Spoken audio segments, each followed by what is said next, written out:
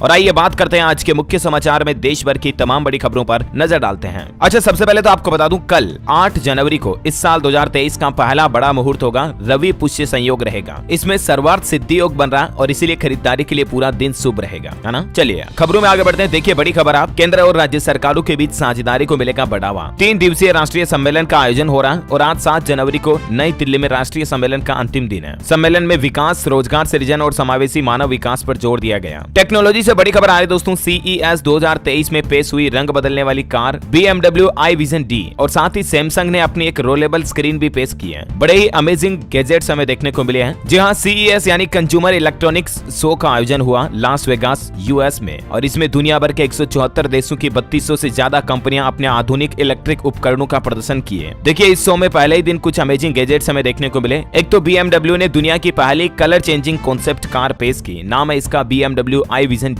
और ये कार लगभग 32 तरह के कलर चेंज कर सकती है। अच्छा, एक रोबोटिक गैजेट देखने को मिला, ऑप्टिमस प्राइम ट्रांसफॉर्मर। ये दुनिया का पहला ऑटो कन्वर्टिंग ट्रांसफॉर्मर है जो हेस्ब्रो से लाइसेंस भी प्राप्त है। ट्रूली वायरलेस टीवी भी देखने को मिली जिसमें आपको बिल्कुल भी वायर नजर नहीं आएंगे। LED टीवी है, पूरी 55 इंच की और वायरलेस है। अच्छा, सैमसंग ने अपना OLED स्क्रीन भी कॉन्सेप्ट पेश किया जो आप देख सकते हैं किस तरह से रोलेबल फोल्डेबल स्क्रीन है। आप अपने हाथ के ऊपर स्मार्टफोन की तरह से पहन पाएंगे और बड़ी चौंकाने वाली बात यह है कि इस स्क्रीन को आधा आपने काट भी दिया तो भी चलती रहेगी। दुनिया का सबसे पतला गेमिंग लैपटॉप भी देखने को मिला। तो इस तरह के कुछ नए electronic gadgets consumer electronics show के पहले दिन हमें देखने मिले, है ना। चलिए आगे बढ़ते हैं खबरों की तरफ। देखिए रिलायंस जियो ने 2 और शहरों में 5G सर्विस लॉन्च की, ग्वालियर और जबलपुर में। अब देश के 72 और मध्य प्रदेश के 4 शहरों में ट्रू 5G सर्विस चालू हो चुकी है। बड़ी खबर है, राजधानी दिल्ली की सभी जेलों में छापेमारी हुई। पिछले 15 दिनों में 117 मोबाइल बरामद हुए। मंडोली जेल के 5 अधिकारी भी सस्पेंड किए गए। वहीं क्रिकेटर ऋषभ पंत की सेहत पर अपडेट आ रहा है कि अब उनकी लंदन में लिगामेंट की सर्जरी हो सकती है। तो वहीं वनडे वर्ल्ड कप से भी वो बाहर हो सकते हैं। मुंबई में अभी उनका इलाज चल रहा है। बड़ी खबर है, राजधानी दिल्ली हादसा पर अपडेट देखिए। स्कूटी पर एक लड़का भी था। अंजलि और निधि को गली के बाहर छोड़ा और कुछ देर बाद दोनों साथ जाती दिखी। इसका एक और नया CCTV फुटेज सामने आया, दिल्ली पुलिस ने जारी किया। और इससे पहले कल ही दिल्ली पुलिस ने यह भी खुलासा किया था कि कार में भी 5 नहीं बल्कि 7 आरोपी थे और कार भी कोई और शख्स चला रहा था। तो इस मामले पर पुलिस इन्वेस्टिगेशन जारी है और देखते हैं आगे और क्या अपडेट आते हैं, मैं आपको बता दूंगा। वहीं बड़ी खबर आ रही है, स्टार्टअप इंडिया के 7 साल पूरे होने के मौके पर 10 से 16 जनवरी के बीच मनाया जाएगा इनोवेशन वीक 2023। आपको बता दूं देश में फिलहाल 87,000 से ज्यादा स्टार्टअप हैं, जिनमें 50% स्टार्टअप तो टियर 2 और टियर 3 शहरों से हैं। आज देश में 108 स्टार्टअप यूनिकॉर्न बन चुके हैं और देश भर में स्टार्टअप्स को बढ़ावा देने के लिए हर साल 16 जनवरी को नेशनल स्टार्टअप दिवस के रूप में मनाया जाता है और 10 से 16 जनवरी के बीच स्टार्टअप इनोवेशन वीक के रूप में मनाया जाता है। करंट अफेयर्स के हिसाब से भी इंपॉर्टेंट है, ये ध्यान में रखिएगा। अच्छा, बड़ी खबर देखिए, पिछले साल 2022 में देश में रिकॉर्ड तोड़ गाड़ियां बिकी। बीते साल 34 लाख से भी ज्यादा कारें और 1.5 लाख 2 व्हीलर्स बिके, लेकिन दिसंबर में व्हीकल सेल्स में गिरावट देखी गई। अच्छा, 26 जनवरी की परेड अगर आप भी देखना चाहते हैं तो सरकार ने इसके लिए एक पोर्टल लॉन्च कर दिया है और ऑनलाइन आप भी अपना टिकट बुक कर सकते हैं। पोर्टल है www.amantran.mod.gov.in। इस पोर्टल के जरिए ऑनलाइन आप भी अपनी सीट टिकट बुक कर सकते हैं अगर आप भी 26 जनवरी गणतंत्र दिवस की परेड को देखना चाहते हैं तो। केंद्रीय रक्षा राज्य मंत्री अजय भट्ट की तरफ से इस पोर्टल का उद्घाटन किया गया। अब ऑनलाइन आपको यह सुविधा मिलेगी, है ना। अच्छा, राजधानी दिल्ली में देखिए मेयर चुनाव से पहले हंगामा देखा गया। आम आदमी पार्टी और बीजेपी पार्षदों के बीच धक्का मुक्की हुई, हाथापाई भी हुई। कई आसन से गिरे तो कईयों को चोटें आई। मतलब देखिए बड़े बड़े लोग, इतने पॉलिटिक्स में इतने ऊंचे लेवल पर बैठे हुए लोग भी बच्चों की तरह लड़ रहे हैं। देखिए हालात देखिए जरा। दिल्ली में MCD के मेयर, डिप्टी मेयर और स्थायी समिति के सदस्यों के चुनाव की प्रक्रिया हंगामे की वजह से स्थगित कर दी गई। अच्छा, अगला अपडेट आ रहा, गुजरात में 8 से 14 जनवरी तक मनाया जाएगा अंतर्राष्ट्रीय पतंग महोत्सव।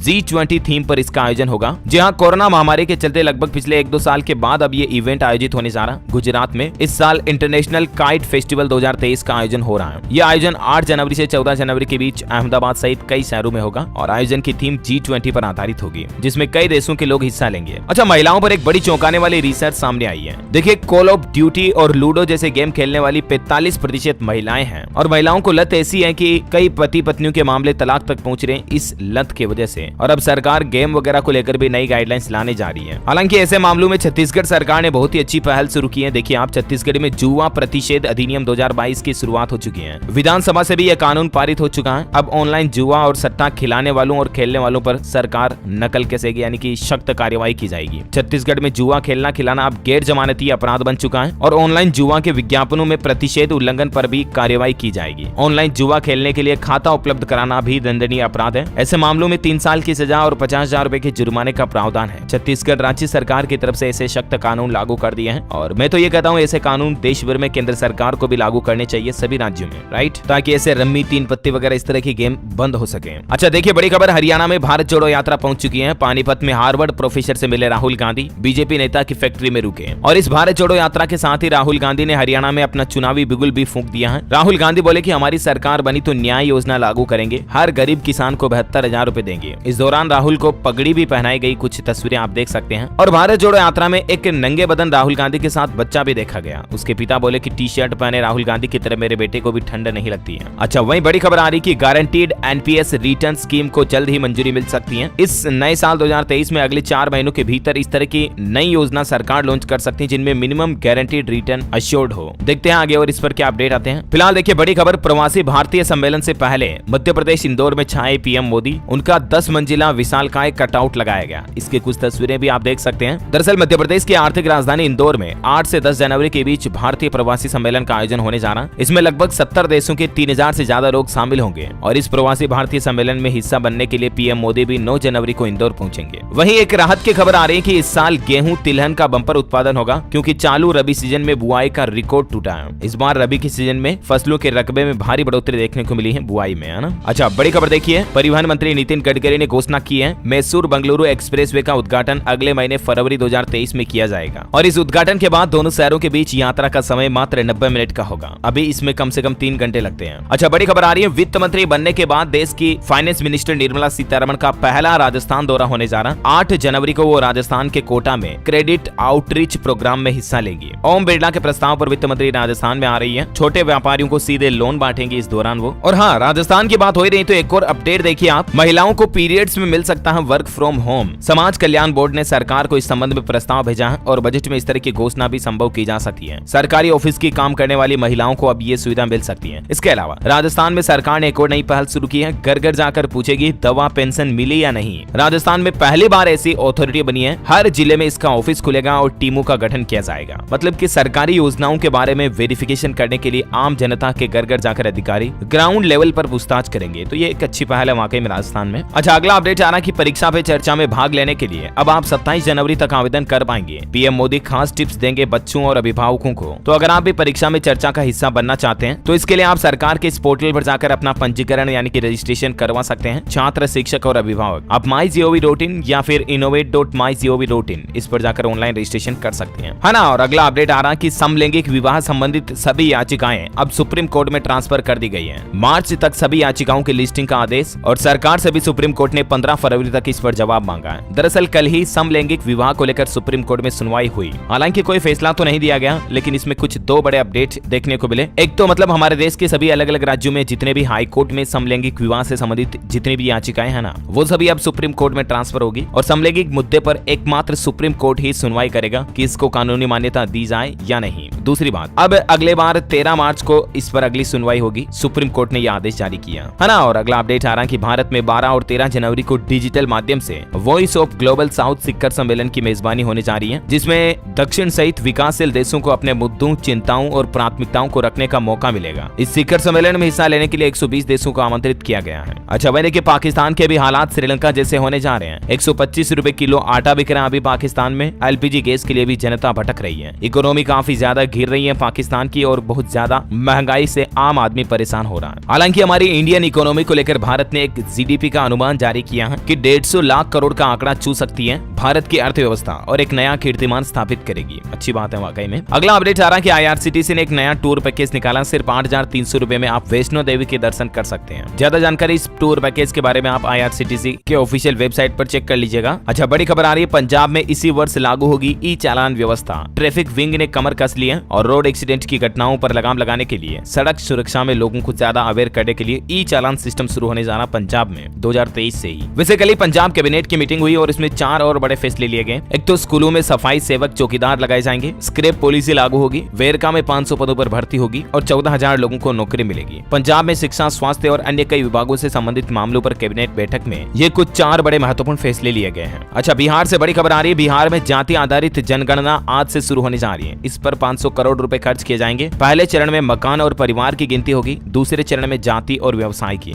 और जातिगत जनगणना करने वाला बिहार हमारे देश में तीसरा राज्य बन जाएगा। इससे पहले राजस्थान और कर्नाटक राज्य सरकारें जाति आधारित जनगणना कर चुकी है, हालांकि उस रिपोर्ट को सार्वजनिक नहीं किया गया है ना। और वैसे दोस्तों, बिहार से एक और अपडेट ये भी आ रहा है कि नवादा में रोजगार मेला लगने जा रहा। 16 से 23 जनवरी तक इसका आयोजन होगा और कई नामी कंपनियां इसमें हिस्सा लेंगी। तो युवा लोग जो रोजगार पाना चाहते हैं वो इसमें हिस्सा ले सकते हैं। अच्छा, वहीं देखिए बड़ी खबर कि नशे में दुर्घटना करने पर बीमा राशि मांगने की याचिका को जिला उपभोक्ता फोरम ने रद्द कर दिया। हिमाचल प्रदेश के धर्मशाला जिले की ये घटना है और कहने का मतलब ये है कि अगर आप दारू पीकर, शराब पीकर गाड़ी चला रहे हो और आपका गाड़ी का एक्सीडेंट हो जाता है ना, तो फिर आपको बीमा क्लेम नहीं मिलेगा। यही पर आधारित ये याचिका थी, इसको खारिज कर दिया गया। बड़ी खबर देखिए, मध्य प्रदेश का पहला प्लास्टिक वेस्ट एमओयू भोपाल में शुरू होने जा रहा। सड़क के लिए मटेरियल यूज होगा, ग्राम पंचायत की इनकम भी बढ़ेगी इससे। वहीं देखिए हरियाणा को मुख्यमंत्री ने नए साल का तोहफा दिया। लगभग 1882 करोड़ की 167 परियोजनाओं की शुरुआत की और वो बोले कि बिना सिफारिश के काम हो रहे हैं। मुख्यमंत्री ने धनवापुर के सीवरेज ट्रीटमेंट प्लांट का निरीक्षण भी किया। ये कुछ तस्वीरें आप देख सकते हैं। इसके अलावा भी हरियाणा के कई जिलों में वर्चुअली तरीके से अलग अलग योजनाओं का उद्घाटन किया गया। जैसे देखिए हरियाणा रोहतक में सीएम ने सौगात दी, 86 करोड़ की 4 परियोजनाओं का लोकार्पण किया। पीजीआईएमएस में बना 67 बिस्तर का पीडियाट्रिक आईसीयू। अच्छा, रोहतक के अलावा अंबाला को भी मनोहर की सौगात देखिए आप, पशु अस्पताल और स्पोर्ट्स स्टेडियम का उद्घाटन किया। जनसुई में बनेगा बस स्टैंड। हिसार में भी 2 परियोजनाओं की सौगात दी गई। डिप्टी स्पीकर गंगवा ने किया इमारतों का उद्घाटन। 535 लाख का आया खर्च। स्कूल बिल्डिंग का इनॉग्रेशन भी देखा गया। इस तरह से लगभग 35 करोड़ की अलग अलग परियोजनाओं का शिलान्यास और उद्घाटन वर्चुअली तरीके से मुख्यमंत्री ने किया। रेवाड़ी में सहकारिता मंत्री ने शिरकत भी की। और हरियाणा के मुख्यमंत्री मनोहर लाल सरकार का यह भी कहना है कि बजट का लगभग 34% हिस्सा इंफ्रास्ट्रक्चर पर खर्च किया जा रहा और इस साल ग्रुप सी व डी की 50,000 भर्तियां भी निकाली जाएंगी। साथ ही हरियाणा सरकार ने एक ग्रीवेंस पोर्टल भी जारी किया। इस साल डीसी बोले कि बीपीएल लिस्ट में नाम कटने वालों को ऑनलाइन दर्ज करानी होगी शिकायत। इसके लिए ये grievance.edisa.gov.in इस पोर्टल पर अपनी शिकायत दर्ज करा सकते हैं आप। अच्छा, स्टूडेंट छात्र छात्राओं के लिए एक महत्वपूर्ण अपडेट है दोस्तों। रेलवे के अब ग्रुप डी में भी हो सकेगी खिलाड़ियों की भर्ती। लंबे समय से इस तरह की मांग की जा रही थी, तो आखिरकार इंडियन रेलवे की तरफ से इसको मंजूरी दे दी गई। राजस्थान में भ्रष्ट अफसरों का नाम और चेहरा छुपाने वाला जो कल ऑर्डर जारी हुआ था ना, उसको वापस कैंसिल करना पड़ा मात्र 2 दिन में ही। एसीबी को अपना वापस ये फैसला लेना पड़ा क्योंकि इस पर विवाद पैदा हो गया। बड़ी खबर देखिए, बच्चों के होमवर्क कर रहा चैट जीपीटी और उसके बाद यहाँ के एजुकेशन डिपार्टमेंट ने इसे बैन भी कर दिया। हाल ही में आपको पता होगा एक नया ओपन एआई सिस्टम चैटबॉट हमें देखने को मिला जिसका नाम था चैट जीपीटी। इसे आप जो भी कहोगे वो कर देगा, खास करके आर्टिकल लिखने के मामले में या कोई क्वेरी सोल्व करने के मामले में। तो चैट जीपीटी का इस्तेमाल स्टूडेंट होमवर्क वगैरह के लिए करने लग गए थे, तो अभी से न्यूयॉर्क के सिटी के डिपार्टमेंट ऑफ एजुकेशन में बैन कर दिया गया। बड़ी खबर आ रही है, भारतीय इंजीनियरों की भी विदेश में मांग बढ़ रही है। देखिए आईआईटी धनबाद के 2023 बैच के लगभग 842 छात्रों को इंटरनेशनली जॉब ऑफर मिला है। अच्छी बात है। और खबरों में आगे बढ़े दोस्तों, इससे पहले आज के कोरोना अपडेट पर नजर डाल लेते हैं। देखिए खतरे की घंटी बजी हुई है, भारत में फिर बढ़ रहे कोरोना के आंकड़े, हालांकि एक्टिव मरीज की संख्या कम हुई है। दुनिया में फिर से तबाही मचा रहा है कोरोना, पर भारत में एक्सपर्ट क्या कह रहे हैं। देखिए देश दुनिया में कोरोना का खतरा का आंकड़ा क्या कहता है। भारत में 11 दिन में ओमिक्रॉन के 11 सब वेरिएंट मिले। दिसंबर में 40% चीनी यात्री संक्रमित हुए हैं। और वैज्ञानिकों ने कोरोना पर एक नई रिसर्च ये भी की है कि पूरे शरीर पर हो सकता है संक्रमण का असर। शरीर के अंदर लगभग 84 जगहों पर कोरोना के मार्क नजर आए और ये वीर्य की गुणवत्ता को भी प्रभावित करता है। इसके बारे में तो मैंने आपको जानकारी पहले ही बता दी थी कि कोरोना ने पुरुषों की सीमन क्वालिटी को भी खराब किया। यहाँ तक कि क्वालिटी और स्पर्म क्वांटिटी, स्पर्म काउंटिंग भी कम देखी गई। बिहार पटना एम्स में वैज्ञानिकों ने रिसर्च किया और इस स्टडी में यह बड़ा खुलासा हुआ। यहाँ तक कि एक्सपर्ट का कहना है कि कोरोना संक्रमित पुरुषों की सेक्स पावर भी कम हो सकती है, इसलिए जितना हो सके कोरोना से बचकर रहें उतना बेहतर है। और कल ही ऑस्ट्रेलिया से आई एक महिला भी कोरोना पॉजिटिव निकली। मध्य प्रदेश के जबलपुर में यह महिला आई थी, 2 बच्चों को अपने साथ लेकर आई थी। अब इसको आइसोलेट कर दिया गया। चीन में हालात क्या चल रहे देखिए, अस्पतालों में बिस्तर की कमी चल रही है। 40% आबादी कोरोना से संक्रमित है और चाइना में कोविड से त्राहिमाम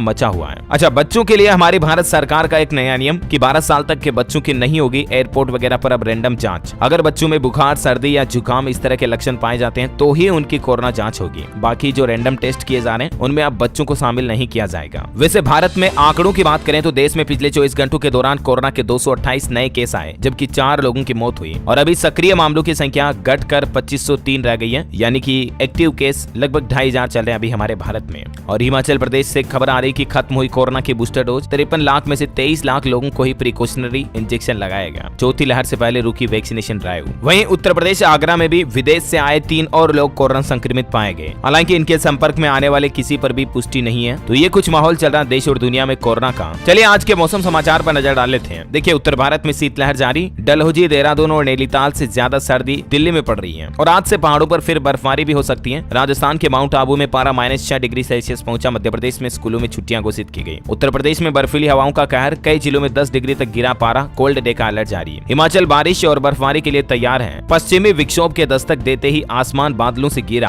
अगले 4 दिन के लिए अलर्ट जारी। संपूर्ण भारत का आज 7 जनवरी का मौसम पूर्वानुमान कहता है अगले 24 घंटों के दौरान पंजाब से बिहार, हरियाणा, दिल्ली और उत्तर प्रदेश के साथ साथ गंगा के मैदानी इलाकों में घना कोहरा छाने की संभावना है। राजस्थान, मध्य प्रदेश में भी कोहरा छाएगा और इसके अलावा राजस्थान, हरियाणा, पंजाब, पश्चिमी उत्तर प्रदेश में शीतलहर चलने की भी संभावना है ना। चलिए सराफा बाजार पर नजर डाल लेते हैं। देखिए सोना चांदी सस्ता हुआ, कुछ गिरावट आई थोड़ी बहुत। सोने की कीमत में 153 रुपए की गिरावट के बाद अभी सोने का रेट 55,650 रुपए प्रति 10 ग्राम चल रहा और चांदी में तो मात्र 7 रुपए प्रति किलो की कमी आई। अभी चांदी का रेट 68,700 रुपए प्रति किलोग्राम चल रहा। Okay, gold and silver price today news के बाद कुछ एजुकेशनल खबरें देख लेते हैं। देखिए यूजीसी नेट 2022-23 एग्जाम में जेआरएफ के लिए एज लिमिट 2 महीने बढ़ा दी गई है और अब आप 17 जनवरी शाम 5 बजे तक इसके लिए अप्लाई कर पाएंगे। उत्तर प्रदेश बोर्ड ने 10वीं और 12वीं की pre board exam date sheet जारी कर दी है। पहले फेज के तहत प्रैक्टिकल एग्जाम 21 जनवरी से 28 जनवरी तक करवाए जाएंगे और प्री बोर्ड एग्जाम की तारीखों की घोषणा भी आप देख सकते हैं स्क्रीन पर। ज्यादा जानकारी आप यूपी बोर्ड के ऑफिशियल पोर्टल पर चेक कर लीजिएगा, है ना। वहीं सीबीएसई ने भी स्कूलों को निर्देश जारी किए और कहा कि 10वीं और 12वीं की प्रैक्टिकल परीक्षाएं 14 फरवरी तक एनी हाउ पूरी करवानी ही है। अच्छा, पंजाब में 7वीं कक्षा तक के छात्रों की 14 जनवरी तक छुट्टियां घोषित हो चुकी हैं। हालांकि 8वीं से 12वीं तक के बच्चों के स्कूल खुल चुके हैं। बढ़ती ठंड पर फैसला लिया। छत्तीसगढ़ के युवाओं के लिए बम्पर नौकरियां। 9 जनवरी को रायपुर में प्लेसमेंट कैंप आयोजित होने जा रहा, जिसमें मल्टीनेशनल कंपनियां